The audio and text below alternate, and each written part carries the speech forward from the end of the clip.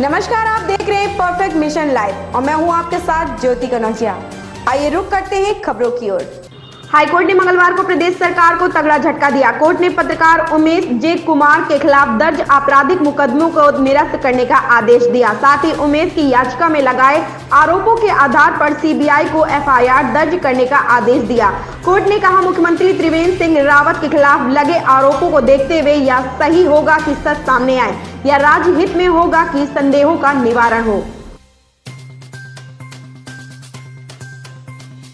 Bahujan Samaj party में बगावत हो गई। राज्यसभा चुनाव के लिए पार्टी के प्रत्याशी रामजी गौतम के 5 प्रस्तावक अपना नाम वापस लेने के लिए विधानसभा पहुंच गए हैं। इन प्रस्तावकों में असलम राइम, असलम चौधरी, गोविंद भार्गव, हाकिम सिंह बिंद और मुस्तबा सिद्दीकी हैं। इन सभी ने प्रस्तावक के रूप में नाम वापस लेने की अर्जी दे दी है। बता दें कि रामजी गौतम ने राज्यसभा के उम्मीदवार के रूप में 26 अक्टूबर को नामांकन किया था। तब उनके साथ पार्टी के राष्ट्रीय महासचिव सतीश चंद्र मिश्रा व कई अन्य नेता मौजूद थे।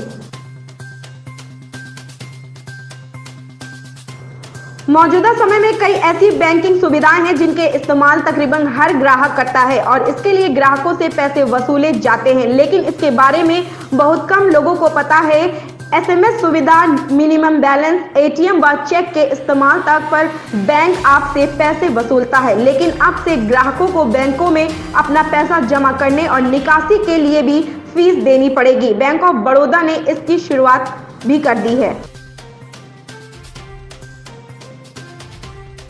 मैनपुरी जनपद के किशनी में महिला की हत्या के आरोप में पकड़ा गया युवक पुलिस के अनुसार साइको किलर है। वह अब तक अपनी मां सहित 7 लोगों की हत्या कर चुका है। उसने सबसे पहले हत्या 19 वर्ष की उम्र में की थी। हत्या करने के बाद शव को दफनाकर वह उस जगह पौधा लगा दिया करता था। ऑस्ट्रेलिया के हवाई अड्डों पर विमानों की पार्किंग की समस्या पैदा हो गई। हवाई अड्डे से सटे एशिया प्रशांत विमान डिपो में 100 से ज्यादा विमान खड़े हैं। अब वहां विमानों को खड़ा करने की जगह नहीं है। नेशनल एलिजिबिलिटी एंट्रेंस एग्जामिनेशन 2020 में 100% अंक पावर टॉप करने वाली कुशीनगर अभिनायकपुर की आकांक्षा सिंह को बुधवार को मुख्यमंत्री योगी आदित्यनाथ ने सम्मानित किया। लखनऊ स्थित अपने आवास पर आयोजित कार्यक्रम में मुख्यमंत्री ने कहा कि आकांक्षा की MBBS UG की पढ़ाई का पूरा खर्च, प्रवेश, हॉस्टल, मेंस आदि राज्य सरकार उठाएगी। भविष्य में कोई दिक्कत ना हो, इसके लिए पूरी रकम एक मुश्त दी जाएगी।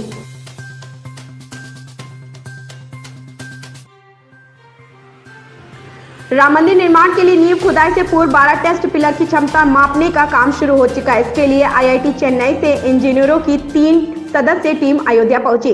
विशेषज्ञों की यह टीम पिलर की भार क्षमता मापने में जुटी है। विशेषज्ञ अपनी रिपोर्ट LNNDT के इंजीनियरों को सौंपेगी। उसके बाद कार्यदायी संस्था LNNDT नींव खुदाई शुरू करेगी। बताया जा रहा है कि नवंबर के पहले सप्ताह से नींव खुदाई का काम शुरू हो सकता है। गाजियाबाद में बुधवार सुबह बसपा नेता मलूक नागर के ठिकानों पर इनकम टैक्स विभाग का छापा पड़ा। सिर्फ गाजियाबाद ही नहीं, मलूक नागर के हापुड़गढ़, ग्रेटर नोएडा में परी चौक और दिल्ली के ठिकानों पर भी कार्रवाई चल रही है। जानकारी के अनुसार मलूक नागर की ससुराल व परिवार से जुड़े लोगों के ठिकानों पर भी कार्रवाई की जा रही है।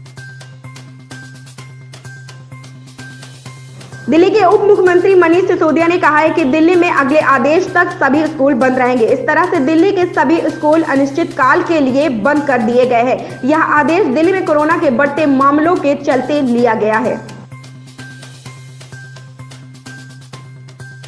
भारतीय वायुसेना IAF के बेड़े में 16 राफेल लड़ाकू विमान अप्रैल 2021 तक शामिल हो जाएंगे, जिससे इसकी ताकत और इजाफा होगा। वायुसेना के पास पहले से ही 5 राफेल लड़ाकू विमान मौजूद हैं, जो अंबाला स्थित गोल्डन एरो एक्वाड्रंट 17 में तैनात है। फ्रांस का सबसे बड़ा जेट इंजन निर्माता साफरान भारत में लड़ाकू इंजन और कलपुर्जे बनाने के लिए तैयार हो गया है। इस मामले की जानकारी रखने वाले लोगों ने मंगलवार को यह जानकारी दी है।